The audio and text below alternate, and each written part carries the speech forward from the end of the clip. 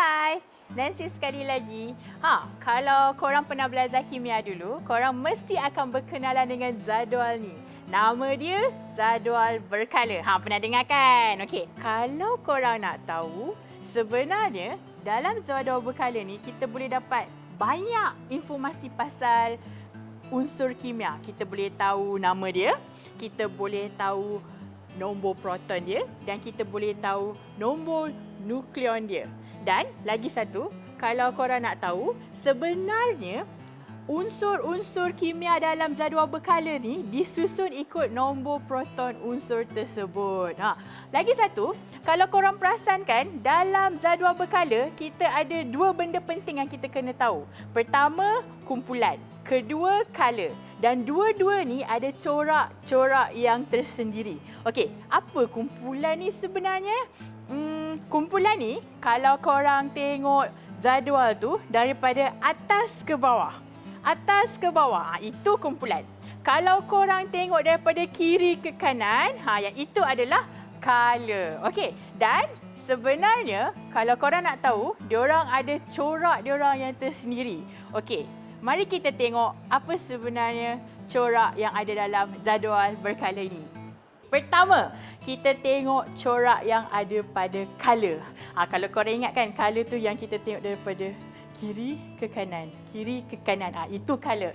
Okey, kalau kita tengok, corak dia adalah bilangan elektron tu akan makin bertambah apabila dia ke kanan. Contoh kalau kita tengok karbon nombor proton dia adalah 6. Kat sebelah kanan karbon ialah nitrogen dan nombor proton dia adalah 7. Dan sebelah nitrogen apa Yes, betul. Ialah oksigen. Oksigen dia punya nombor proton dia adalah 8. Kalau kita nampak kan ada corak kat situ 6, 7, 8. Makin ke kanan color tu makin bertambah nombor proton dia. Lagi satu, kalau korang ingat balik, nombor proton unsur ni sama dengan bilangan elektron dia. Okay, kita tengok balik kalau korang ingat balik elektron tu kita susun macam mana? Petala pertama tu kita letak 2 maksimum. Petala kedua tu kita letak 8 maksimum. Dan yang seterusnya semua 8 lah kan? Okay, kita tengok balik. Yang pertama tadi, karbon kan? Kita susun elektron dia 2, 4. Kalau korang baca tu dia 2.4 lah kan. Tapi sebenarnya kita panggil dia 2,4 saja. So 2,4. Kalau nitrogen yang kat sebelah karbon tu dia 2,5. Dan sebelah nitrogen pula oksigen 2,6. Nampak kan? Petala dekat yang paling luar tu bilangan elektron dia paling makin bertambah.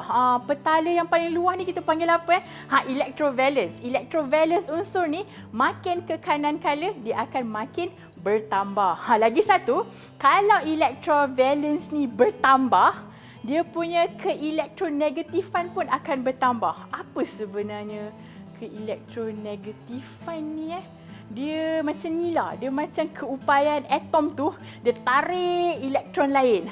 So makin bertambah keelektronegatifan, maksudnya dia makin berupaya untuk menarik atom yang lain. So kita dah nampak dah satu corak yang ada kat color. Pertama, nombor ataupun bilangan elektron di electrovalence dia makin bertambah, makin kita lihat ke kanan dia makin bertambah.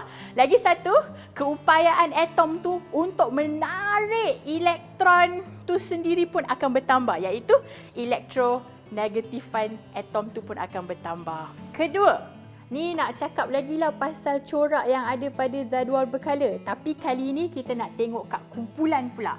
Kalau korang nak tahu, dalam satu kumpulan dia, electrovalence setiap unsur mesti akan sama. Okey, kita tengok Yang pertama, kumpulan 1. Dia punya unsur dalam kumpulan 1 tu, yang pertama tu ialah lithium. Dia punya konfigurasi elektron 2,1. Nampak 1 kat belakang tu, electrovalence 1. Kedua, kat bawah lithium ialah natrium. Konfigurasi elektron dia 281. Satu lagi. Dan kat bawah lithium ialah kalium. Konfigurasi elektron dia adalah 2881. Dah nampak dah? Kat dalam satu kumpulan 1, electrovalence dia adalah sama, iaitu 1. Cuba korang tengok kumpulan 2. Sama tak electrovalence dalam kumpulan 2? Lagi satu corak yang saya nak bagi tahu pasal kumpulan ni, makin ke bawah kumpulan, makin bertambah saiz atom. Okey, kita tengok macam ni kita tengok tadi contoh yang sama.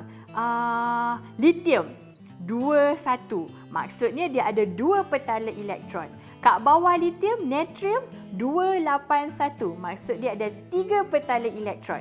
Dan kat bawah natrium, helium dia 2881. Maksud dia ada 4 petala elektron. Makin bertambah petala elektron, makin bertambahlah saiz atom tu. Dah nampak kan corak yang ada kat kumpulan ni? Pertama, electrovalence bagi satu kumpulan tu mesti akan sama. Dan yang kedua, makin ke bawah kumpulan tu, makin bertambah saiz atom. Korang ingat tak lagi corak yang ada pada jadual berkala? Pertama, makin ke kanan kala, makin bertambah electrovalence. Dan yang kedua, makin ke bawah kumpulan, makin bertambah saiz atom ni. Itulah sebenarnya corak yang ada pada jadual berkala. Kalau korang suka video ini, sila tekan butang like atau share video ini. Kalau korang nak tengok video yang macam ni lagi, jangan lupa tekan butang subscribe. Tekan.